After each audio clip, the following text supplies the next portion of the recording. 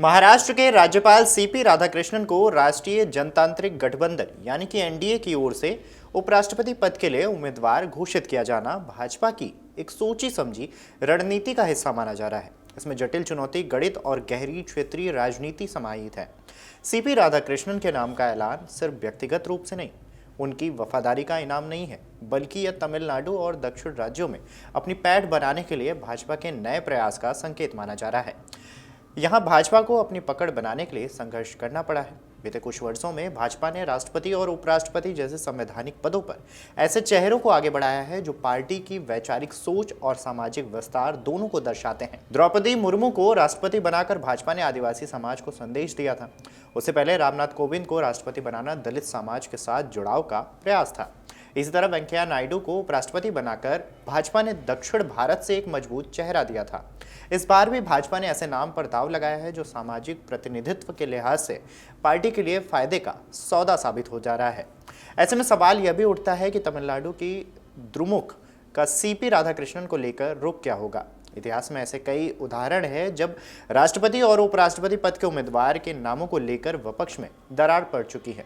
द्रुमुक के प्रवक्ता टीकेएस एलंगोवन ने भी एनडीए की ओर से उपराष्ट्रपति पद के लिए चुने जाने वाले उम्मीदवार को एक अच्छा फैसला बताया है। हालांकि उन्होंने कहा है कि द्रुमुक विपक्षी गठबंधन का हिस्सा है और वो गठबंधन के फैसले का पालन करेगी। संसदीय बोर्ड की बैठक में जिसका नेतृत्व हमारे प्रधानमंत्री नरेंद्र मोदी जी की उपस्थिति में हुआ, उनके नेतृत्व में ये बैठक हुई। सभी पहलुओं पर चर्चा हुई और नामों पर विस्तृत रूप से जो पार्टी में एक्सरसाइज हुई थी, उन सारे एक्सरसाइज के बारे में डेलिब्रेशन हुआ, सभी के साथ चर्चा हुई, सुझाव मांगे गए और उसके बाद फिर ये तय हुआ कि हमारे उपराष्ट्रपति के प्रत्याशी के रूप में हमारे महाराष्ट्र के राज्यपाल श्री सीपी राधाकृष्णन जी, चंद्रपुरम पुन्नासामी राधाकृष्णन जी, उनको हम एनडीए का प्रत्याशी बनाएंगे और वो एनडीए के प्रत्याशी के रूप में रहेंगे।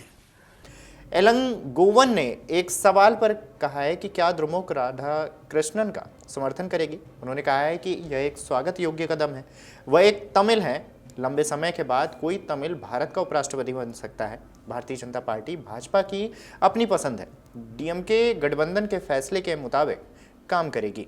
पहले भी जब यूपीए ने राष्ट्रपति पद के लिए प्रतिभा पाटिल को अपना उम्मीदवार बनाया था, तब शिवसेना ने एनडीए का हिस्सा होने के बावजूद उनका समर्थन किया था, क्योंकि वो महाराष्ट्र से थी।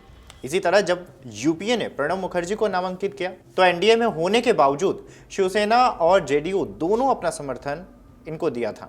ऐसे में जब एनडीए ने रामनाथ कोविंद का नाम प्रस्तावित किया था, तो जेडीयू ने विपक्ष में होने के बावजूद भी उनका समर्थन किया, क्योंकि वे बिहार के राज्यपाल थे।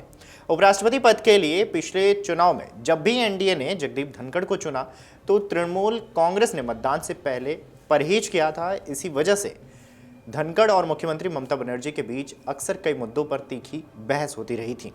चुनाव में धनखड़ सबसे ज़्यादा वोट पाकर उपराष्ट्रपति बने। इस बार एनडीए के पास 422 वोट हैं, जबकि पिछले चुनाव में धनखड़ को 528 वोट मिले थे। एक बार फिर बीजेडी, वाईएसआरसीपी और बीआरएस जैसी पार्टियां एनडीए का समर्थन कर सकती हैं, जिनके उनके कुल मिलाकर 22 सांसद हैं। तमिलनाडु में 22 सांसदों वाली सबसे बड़ी पार्टी द्रुमुक के सामने सबसे बड़ा सवाल यह होगा कि क्या उसे अपने राज्य से आने वाले उम्मीदवार का समर्थन करना चाहिए या नहीं, खासकर ऐसे वक्त पर जब अगले साल तमिलनाडु में चुनाव होने वाले हैं। अगर राधाकृष्णन निर्वाचित होते हैं तो वे उपराष्ट्रपति बनने वाले तमिलनाडु के तीसरे नेता बन जाएंगे।